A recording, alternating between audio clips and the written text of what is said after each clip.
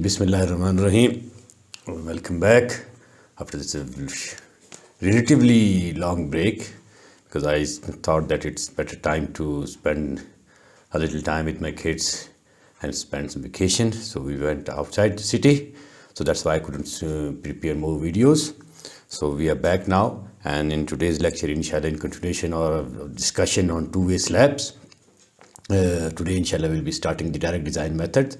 So initially जो हमारे जितने लेक्चर थे उसमें हमने प्लान हमारा ये था, मेरा पर्टिकुलरली ये ख्वाहिश थी कि जो बैकग्राउंड स्टडीज़ है हम उसको इतना अच्छी तरीके से कवर कर लें, क्योंकि मेन जो हमारा एम्फेसिस था वो डायरेक्ट डिज़ाइन मेथड ही होना था।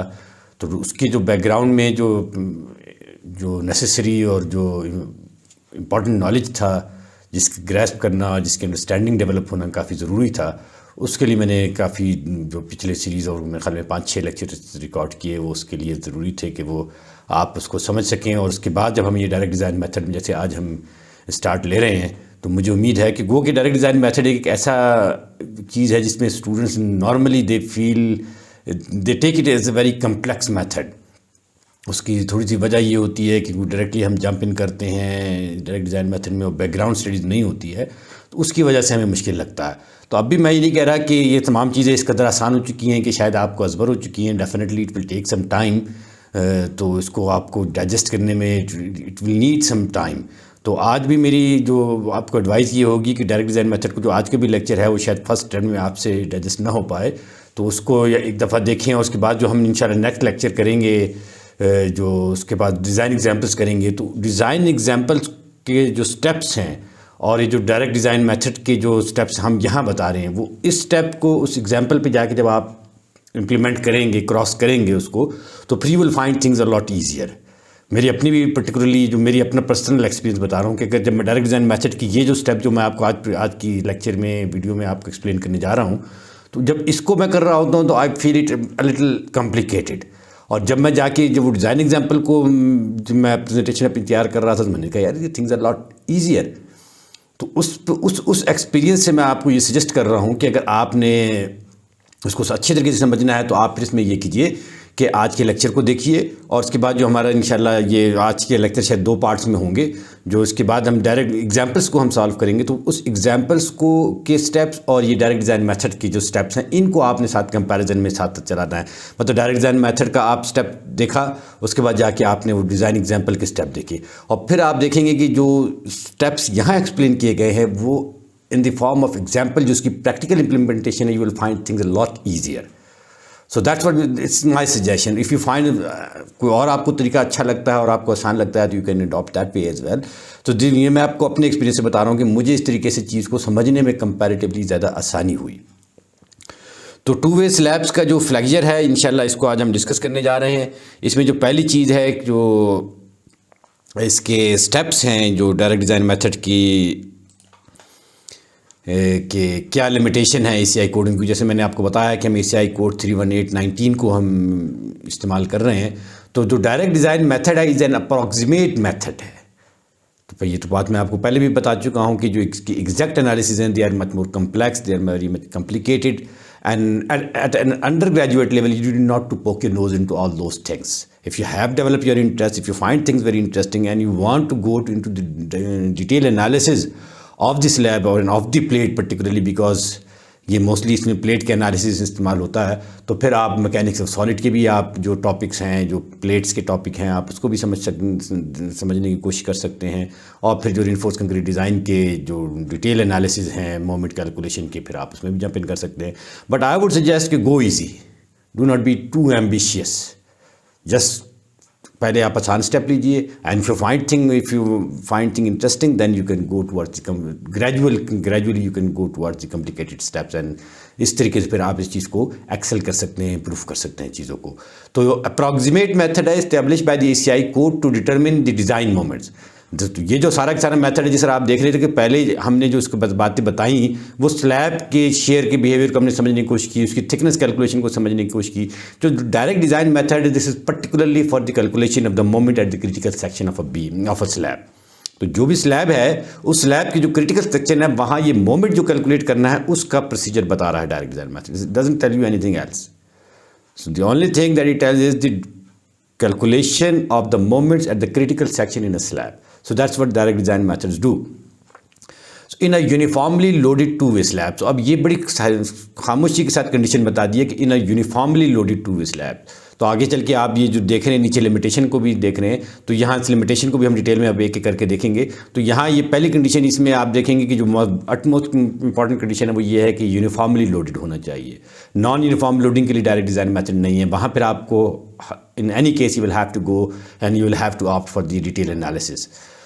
To use this method, some limitation must be met as indicated by the ACI code 31814 section 8.10.2. ये अगर आपको पिछले प्रीवियस लेक्चर आपने मेरे डिटेल में देखे हैं तो वहाँ आपको मैंने समझाया था कि जो 31819 है उसने अपने 19 के जो कोड है उसमें से इस मेथड को निकाल दिया है। उसने ये नहीं कहा कि इस मेथड को आप इस्तेमाल नहीं कर सकते, उसको इंक्लूड नहीं किया। उसने कहा कि it's up to the designers, you people, कि आप कौन सा मेथड अडॉप्ट करते हैं। दीज टू मेथड्स, ये जो direct design method and equivalent frame method में, ये दो मेथड हैं। इसके अलावा मैंने आपको बताया था कि और भी ढेर सारे मेथड्स हैं। तो एसीआई ये कह रहा है कि ACI is not limiting you to only these two methods. तो इसलिए उसने वो दो मेथड को पर्टिकुलरली निकाल के कहा कि अगर आपने इनको इस्तेमाल करना है तो they are still allowed as per ACI 31814। और ये 19 के कोड में भी इस चीज़ को उसने स्पेसिफाई कर दिया है कि 31814 के हिसाब से आप डायरेक्ट डिज़ाइन मेथड के जो प्रोसीजर है और इक्विवेलेंट फ्रेम मेथड का प्रोसीजर है इसको आप फॉलो कर सकते हैं। तो चूंकि 19 से निकाल दिया है तो 14 ने अलाउ किया हुआ है, तो we will be referring mostly 31814 here. तो ACI कोड 31814 का सेक्शन 812 के मुताबिक जो लिमिटेशन है, we are discussing those limitation one by one. सबसे पहली लिमिटेशन ये है कि there must be a minimum of 3 continuous span in each direction. तो आपका जो फ्रेम है उसके अंदर हर डायरेक्शन के अंदर लिटरल डायमेंशन में और लॉन्गिट्यूडनल डायमेंशन में दोनों डायमेंशन के अंदर एटलीस्ट 3 स्पैन्स होने चाहिए। If spans are less than 3 then you can not adopt this particular method, then you will have to go, या तो दूसरे मेथड देखने होंगे या फिर आपको डिटेल एनालिसिस करना पड़ेगा। जो दूसरे मेथड है इक्विवेलेंट फ्रेम मेथड या जो लीनियर है, जो ढेर सारे मेथड मैंने आपको पहले बताए हैं, उनकी लिमिटेशन अगर इनको अलाउ कर रही हैं लेस देन 3 को, तो फिर आप उसको फॉलो कर सकते हैं। लेकिन if you want to apply this particular method, the direct design method, and then you will have to satisfy that there are at least 3 spans in each direction. 3 इस डायरेक्शन में भी हो, 3 इस डायरेक्शन में, then and only then you can apply this particular method. तो पहली condition तो ये है जो कि आपको क्लियर होनी चाहिए। ये नॉर्मली जब आप फ्रेम्स होते हैं तो उसके अंदर 3 स्पैन्स नॉर्मली आपको मिलते हैं। The panel must be square. दूसरी कंडीशन ये है कि पैनल्स को स्क्वायर होना चाहिए या रेक्टेंगुलर होना चाहिए। ठीक है, तो नॉर्मली आप देखते हैं कि स्लैब या तो रेक्टेंगुलर होती हैं या फिर स्क्वायर होती हैं। बड़ी शाद नादर आपको ट्रायंगुलर कोई शेप नज़र आ रही होगी या आपको सर्कुलर शेप नज़र आ रही होगी। जो नॉर्मल जो आपको स्लैब की शेप नज़र आती हैं वो स्क्वायर या रेक्टेंगुलर होती हैं। और जो रेशियो है of the longer to the shorter span within a panel must not exceed 2। One way नहीं, क्योंकि if that exceeds 2 then it's mean this is one way slab. So condition दूसरी ये है कि आपके पास स्क्वायर हो या रेक्टेंगुलर हो और आपकी स्लैब जो है वो 2 वे के लिमिट के अंदर लाई करती हो। जो उसका रेशियो है वो एक्सीड 2 को एक्सीड नहीं करना चाहिए। नेक्स्ट कंडीशन है कि adjacent span in each direction must not differ by more than 1/3 of the longer span. तो ये भी एक बड़ी इंपॉर्टेंट कंडीशन है। जैसे आपने पहली कंडीशन देखा कि 3 स्पैन तो आपको मिल गए, लेकिन अगर इन 3 स्पैनों के जो लेंथ्स हैं उनमें बहुत बड़ी लेवल की वेरिएशन आ रही है, तो फिर आपको देखना पड़ेगा कि क्या ये कंडीशन सेटिस्फाई हो रही है या नहीं। तो इस कंडीशन में के मुताबिक ये है कि जो एडजेसेंट स्पैन है वो 1/3 ऑफ द लॉन्गर स्पैन से ज़्यादा नहीं होना चाहिए। ठीक है, मतलब अगर आपके पास लॉन्गर स्पैन 15 फीट का है, ठीक है, तो फिर जो एडजेसेंट स्पैन है must not differ by more than 1/3। तो इसका मतलब ये है कि वो आपका कोई 10 से नीचे नहीं होना चाहिए, 8 फीट नहीं होना चाहिए। 8 का मतलब ये है कि 1/3 से ज़्यादा डिफर कर रहा है। 15 का जो 1/3 है वो 5 है, तो 15 में से 5 निकालते हैं तो आपके पास 10 बच जाता है। या तो 10 हो या फिर वहाँ 20 हो। अगर 20 से ज़्यादा 22 फीट का स्पैन है तब भी ये कंडीशन सेटिस्फाई नहीं करेगी। तो this condition has to be satisfied if you want to implement this particular method. So moving ahead, number 4 पे हम जाते हैं। तो column must not be offset by a maximum of 10%। ठीक है, तो अब कॉलम का जो ऑफसेट है एडजेसेंट स्पैन में, अगर एक कॉलम आपने यहाँ लगाया हुआ है तो दूसरा कॉलम अगर आपका यहाँ जा रहा है, तो ये इन दोनों के दरमियान जो ऑफसेट है ये 10% से ज़्यादा नहीं होना चाहिए। Let's suppose if this is your one column and this is your column two the adjacent span के अंदर आपके पास दूसरा कॉलम यहाँ खड़ा हुआ है, तो आप देख रहे हैं कि इन दोनों के दरमियान आपको गैप नज़र आ रहा है। तो ये जो स्पैन है, ये जो ऑफसेट है, that should not be more than 10% of the length in the direction of the offset. जिस डायरेक्शन में आप ऑफसेट कैलकुलेट करना चाह रहे हैं, अगर आप इस डायरेक्शन में ऑफसेट कैलकुलेट करना चाह रहे हैं तो फिर ये डिस्टेंस 10% से ज़्यादा ना हो, और अगर आप इस डिस्टेंस इन डायरेक्शन में करना चाह रहे हैं तो फिर इन दोनों के दरमियान जो फासला है वो फिर यह जैसे आप ये समझ लें कि इन दोनों के दरमियान जो फासला है वो फिर 10% से नहीं ज़्यादा नहीं होना चाहिए, ठीक है, 10% ज़्यादा ऑफसेट नहीं होना चाहिए। तो जिस डायरेक्शन में आप लेना चाह रहे हैं उस डायरेक्शन में column must not be offset by a maximum of 10% of the span length in the direction of the offset from either axis between centre line of successive column. जो centre line of the successive column है उसके 10% ज़्यादा नहीं होना चाहिए। तो ये condition भी मोस्टली सेटिस्फाई वो होती है अगर आप फ्रेम को ले रहे हो। तो अगर नहीं है तो definitely will have to go for the exact analysis. ये भी बड़ी इंपॉर्टेंट कंडीशन है कि all load shall be due to gravity only. तो this method is only applicable if the loads are on gravity loads. All load must be uniform, जैसे आपने वहाँ बिल्कुल जो फर्स्ट स्लाइड में पहली 2 लाइनें थी उसके अंदर मैंने लिखा था कि यूनिफॉर्मली डिस्ट्रीब्यूटेड लोड के लिए, तो load must be uniform and the ratio of the unfactored, यहाँ जो इस्तेमाल किया गया अनफेक्टेड का है, live to unfactored dead load must not exceed 2।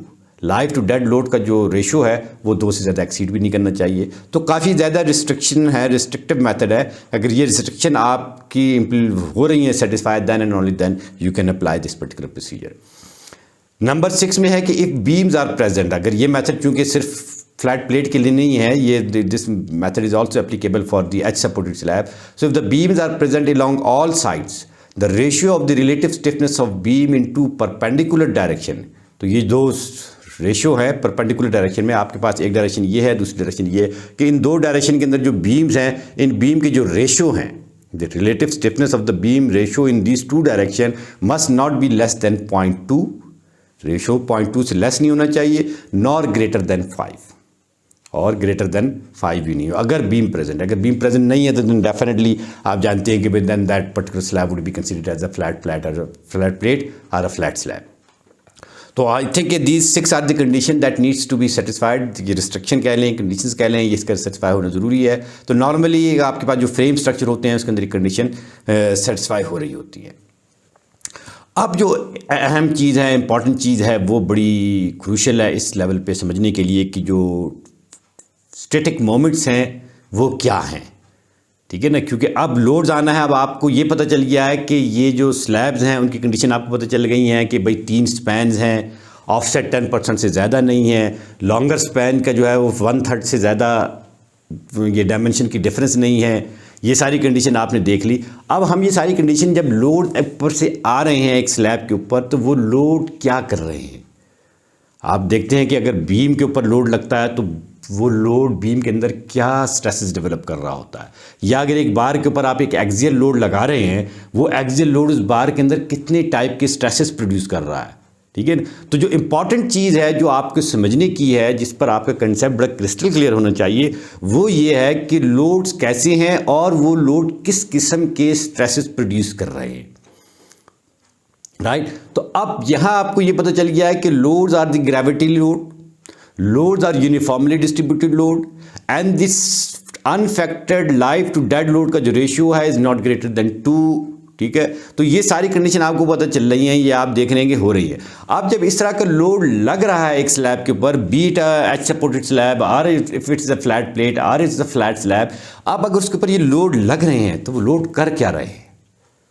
तो जैसा कि आप बीम के केस में जानते हैं कि अगर आप ट्रांसवर्स लोडिंग बीम के ऊपर लगाते हैं तो that particular load creates shear stresses, that particular load can create the moments as well, and if that load is उसके ट्रूली जो एक्सियल प्लेन है उसके ऊपर नहीं लग रहा, ऑफसेट उस पर है, उसके अंदर क्या कहलाता है, वो जो सेंटर से थोड़ा सा अवे होता है, एक्सेंट्रिक लोड है, तब फिर वो क्या काज कर रहा होता है, फिर उसके अंदर ट्विस्ट भी, टॉर्जनल स्ट्रेसेस भी काज कर रहा होता है। तो that needs to be very much clear in your mind कि भाई ये जो लोड लग रहे हैं वो लोड किस किस्म के स्ट्रेसेस काज कर रहे हैं। अब यहाँ तक की डिस्कशन के बाद से पहले जो हमने जितनी भी डिस्कशन की हुई है, आपने देखा कि हमने शेयर को भी डिस्कस किया। हमने कहा कि स्लैब के अंदर शेयर भी आ रहे हैं और शेयर पर हमने अच्छी खासी डिस्कशन की। तो इसका मतलब ये है कि ये जो इसके ऊपर यूनिफॉर्मली डिस्ट्रीब्यूटेड ग्रेविटी लोड लग रहे हैं, these loads are creating the shearing stresses as well, shearing stresses and as well as the bending moment. So as far as the shearing stresses are concerned, we have discussed that in very much in detail कि what sort of shearing stresses will it produce in a particular slab. It can produce a one-way shear, it can produce a two-way shear, and then we have discussed very much in detail कि what sort of shearing stresses, what type of shearing stresses, and what type of उसके अंदर किस किस्म के वो failure या जो ultimate conditions हैं वो किस तरह की क्रिएट कर रही होंगी in the case of share. अब जहाँ तक की बात समझने की थी वो ये थी कि शेयरिंग स्ट्रेसेस भी ये लोड्स काज कर रहे हैं as well as these loads are creating the moments as well. तो शेयरिंग स्ट्रेसेस को हमने चूंकि डिस्कस कर लिया तो we will be concentrating more on the moment. तो बात यहाँ तक समझ में अगर आ रही है आपके कि तो ये बात तय हो गई कि ये जो लोड इसके ऊपर यूनिफॉर्मली डिस्ट्रीब्यूटेड ग्रेविटी लोड लग रहे हैं, these gravity loads are producing the moment as well. अब ये मोमेंट किस किस्म की होंगी ये इसको हम डिस्कस करने जा रहे हैं। तो इसमें हम सबसे पहले समझने की कोशिश कर रहे हैं कि टोटल फैक्टर्ड स्टैटिक मोमेंट क्या है।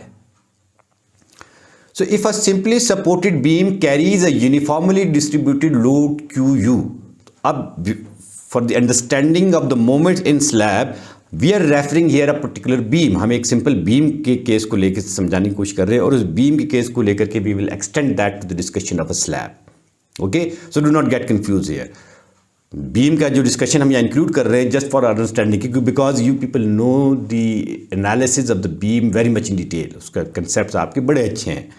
अब at least we are assuming that कि वो बड़े अच्छे हैं, ठीक है। तो बीम के ऊपर एक हम कह रहे हैं कि एक यूनिफॉर्मली डिस्ट्रीब्यूटेड लोड QU लगा हुआ है, ठीक है। देन द मैक्सिमम पॉजिटिव ये पर्टिकुलर बीम है, ठीक है, एक सिंपली सपोर्टेड बीम है। जैसे कि आप सब जानते हैं कि ये आपके पास जो है वो एक ये कैसी सपोर्ट कहलाती है, ये आपके पास हिंज सपोर्ट है and this is the roller support.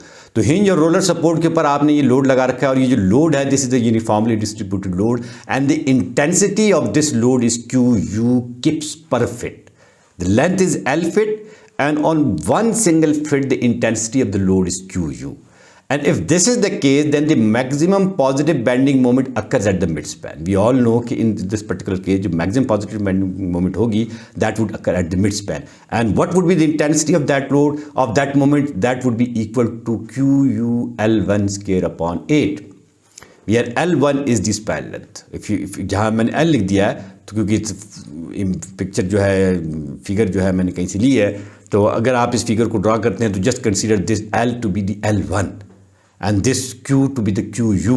if QU is the intensity of the load on a beam of span length L1 then the maximum positive bending moment would occur at the midspan and the intensity of that particular maximum positive bending moment would be QU L1 square upon 8। जिसको आप बड़े आसानी के साथ जो आपकी जो mechanics solid का नॉलेज है या इवन जो आपने स्ट्रक्चर एनालिसिस का नॉलेज है आप उसको इस्तेमाल करके आप जानते हैं कि ये इसकी इंटेंसिटी होगी। तो I am not going into the ज़्यादा इसकी मैं डिटेल के अंदर नहीं जा रहा हूँ कि मोमेंट कैसे आ रही है और इसके जो कर्व बनता है वो इस ये तक कर्व बनता है, पैराबोलिक बनता है क्योंकि ये यूनिफॉर्मली डिस्ट्रीब्यूटेड लोड है। तो पैराबोलिक अगर आप पॉइंट रूट लगाएंगे तो फिर ये 1 डिग्री का बनता है। तो एटलीस्ट वी नो कि this is a 2 degree parabola, ठीक है। तो 2 डिग्री पैराबोला के अंदर ये जो intensity of the maximum positive moment है that is WL square upon 8। अब यहाँ जो चीज़ समझने की है वो यहाँ ये कि ये जो सपोर्ट हैं these two supports are the simply supported support and with our prior knowledge we know कि these support do not provide any restraint. हम जानते हैं कि ये सपोर्ट पर मोमेंट ज़ीरो होती है। अगर ये सपोर्ट रिस्ट्रेंट प्रोवाइड करते हैं, मतलब अगर आपने इस सपोर्ट के उसके ऊपर सिंपली रेस्ट किया हुआ है तो फिर ये कुछ नहीं होगा, ये यहाँ से बेंड करेगी।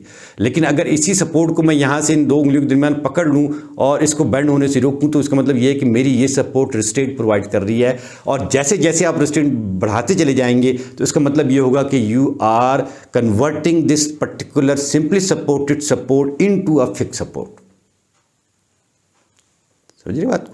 तो यहाँ इस चीज़ को हजम करें और रोक लें। अगर यहाँ चीज़ आपको भारी भरकम लगी है तो just pause it, take a deep breath. और फिर मैं इसको दोबारा रिपीट करता हूँ कि ये जो सपोर्ट है this is a simply supported slab and it doesn't provide any restraint against the moment and the moment at this particular support would be zero whether it's a roller support or it's a hinge support. All these two support they do not provide any resistance at the moment and the moment at these two support would be zero. And as soon as you start providing restraint in this particular support, आप इसके अंदर stiffness को बढ़ाते चले जाएं, ठीक है, जितना आप इसको मजबूत करते चले जाएंगे तो ये सपोर्ट जो है रिस्ट्रेंट प्रोवाइड करने लग जाएगी, और यहाँ ये सपोर्ट जो है बजाय इसके कि जो मोमेंट यहाँ ज़ीरो है, इस ज़ीरो मोमेंट के बजाय ये सपोर्ट जो है वो फिर और मोमेंट लेना शुरू कर देगी। तो इस चीज़ को समझ जाने के बाद हम फिर नेक्स्ट स्लाइड के ऊपर चलते हैं। If the beam is fixed at both ends, अगर बीम दोनों एंड पे फिक्स है या कंटिन्यूस है with equal negative moment at both ends, या फिर दोनों एंड के ऊपर कंटिन्यूटी है, तो फिर इसका मतलब ये है कि जो सपोर्ट के ऊपर मोमेंट नेगेटिव मोमेंट आएगी that would be equal, then the total moment M naught would be equal to M P plus M N. तो इसको मैं यहाँ समझाने के लिए आपको एक वो ले लेता हूँ स्क्रीन, और उस पर आपको समझाता हूँ कि ये क्या कहानी हो रही है। और यहाँ से मैं ले लेता हूँ पेन। तो यहाँ से अगर आपने इसको समझना है तो आप ये समझ लीजिए कि ये मेरे पास काफ़ी टेढ़ी पेढ़ी लाइन लग गई। ये सिंपली सपोर्टेड आपके पास रोलर मैंने लगा दिया, ये हिंज लगा दिया, और ये वो बीम थी जो हमने आपको फिगर में दिखाई थी, और इसकी जो डायग्राम बन रही थी वो ये बन रही थी। ठीक है, ये इंटेंसिटी आप समझ लीजिए कि क्यू यू है, और ये जो स्पैन लेंथ है वो हम कह रहे हैं कि ये L1 है। राइट, यहाँ तक बात समझ में आ रही है। अब मैं क्या कह रहा हूँ कि इफ़ मैं इस पर्टिकुलर सपोर्ट को रिस्ट्रेंट देना शुरू कर दूं और उसको स्टिफ बनाना शुरू कर दूं, तो स्टिफ बनाने से क्या होगा कि ये इसकी मोमेंट को यहाँ खींचना शुरू कर देगा। आप समझ लें कि थोड़ी रिस्ट्रेंट प्रोवाइड की तो ये मोमेंट आपके पास ऐसे बन जाएगी। ठीक है, ये मैं यूँ खींच देता हूँ, और इसको अगर आपने प्रोवाइड की तो ये यूँ आ जाएगी, और प्रोवाइड की तो ये यूँ आ जाएगी। तो depending upon the amount of restraint you are putting into this particular support, it's mean that you are converting this simply supported hinge support into a fix support. ये क्या होगा, यहाँ इसके अंदर नेगेटिव मोमेंट लाता रहेगा। और अगर इन केस जो अभी हम डिस्कस कर रहे थे, अगर हमने इस सपोर्ट को भी फिक्स कर दिया और इस सपोर्ट को भी फिक्स कर दिया, तो फिर इस केस के अंदर क्या होगा, इसका मतलब ये है कि आपने ये सपोर्ट भी फिक्स कर रहे हैं, ये सपोर्ट भी फिक्स कर रहे हैं, और इसकी जो मोमेंट डायग्राम बनती है वो आप सब जानते हैं, वो यूँ बनती है। तो अगर आप इस चीज़ को देखेंगे, यहाँ से लेकर के यहाँ तक की इंटेंसिटी को देखेंगे, तो ये this would be the same as if this support, ये beam is simply supported. The only difference ये है कि because of this restraint provided by the fixed and beams fixed supports, इसने क्या किया कि इस पॉजिटिव चीज़ को पकड़ के नीचे खींचने की कोशिश की। कोई चीज़ थी ऐसी जो इसको पकड़ के यहाँ नीचे की तरफ खींच रही थी, ये इसने भी इसको यहाँ पकड़ के नीचे की तरफ खींचना शुरू कर दिया। तो this is what fixity does in a particular beam. Restraint जो हम बात करते हैं ना, रिस्ट्रेंट वो यही करती है कि वो इसकी जो मोमेंट की डिस्ट्रीब्यूशन है उसको बिल्कुल अल्टर करके रख देती है। तो यहाँ केस क्या हुआ कि जैसे जैसे हमने फिक्सिटी की तो ये मोमेंट्स ने इसके पॉजिटिव मोमेंट को रिड्यूस करना शुरू कर दिया। अब अगर आप पॉजिटिव मोमेंट देखें, आपको पता है कि इस लाइन के ऊपर जो भी चीज़ है वो पॉजिटिव है, और ये नेगेटिव है, और ये जो चीज़ है ये भी नेगेटिव है। तो अब क्या हो गया कि जो टोटल मोमेंट थी, टोटल मोमेंट हमारे पास वही थी WL²/8। अब out of this total moment some portion उसका चला गया पॉजिटिव में, and some portion has been shared by the negative moment. अब व्हाट इज दिस प्रोपोर्शनलिटी, क्या है, कितनी पॉजिटिव है कितनी नेगेटिव है, बहरहाल वो हम आगे चल के देख रहे हैं, उसको हम समझेंगे। लेकिन यहाँ ये बात समझने की होगी कि जो टोटल मोमेंट है m इज इक्वल टू, ये यहाँ डिलीट हो रहा है, इधर देख लेता हूँ कि m is equal to MP plus MN। MP से मुराद यहाँ पॉजिटिव मोमेंट और MN से मुराद यहाँ नेगेटिव मोमेंट है। तो टोटल मोमेंट वही रहेगी WL²/8, and that would be shared by the positive and the negative moment, and the proportion of the positive and the negative moment that would be discuss ahead. इंशाल्लाह उसको फिर हम आगे discuss करते हैं। ठीक है, तो तब मैं दोबारा ये ले लूँ, if the beam is fixed at both ends are continuous with equal negative moment at both ends, then the total moment m naught would be equal to MP plus Mn। ठीक है, एंड जो total होगी वो that would remain same QL²/8। वो आपको इस figure के अंदर ये नजर आ रही है, जो फिगर मैंने वहाँ ड्रा की वो ये आपको नजर आ कि this is the positive moment and this is negative moment. ठीक है जी, तो ये अगर आपको बात यहाँ तक समझ में आ रही है तो ये बिल्कुल वही फिगर है जो मैंने वहाँ आपको एक्सप्लेन की। यहाँ ज़रा साफ सुथरी नजर आ रही है। जो टोटल मोमेंट है वो total moment that would remain same. ठीक है जी, तो यहाँ तक अगर आपकी बात समझ में आ रही है तो इधर we can take short break, क्योंकि ये काफ़ी मेरे ख्याल में 28-20 मिनट की वीडियो हो गई है। तो आई थिंक कि यहाँ कि हम छोटा सा ब्रेक कर लेते हैं और वीडियोस को, ताकि हम स्प्लिट कर सकें, अपलोडिंग में वो आसान हो जाती है। सो जस्ट स्टे ट्यून, इंशाल्लाह नेक्स्ट वीडियो में फिर आपको हम इसको कंटिन्यू रखते हैं, ठीक है जी। So thank you very much, see you in next video.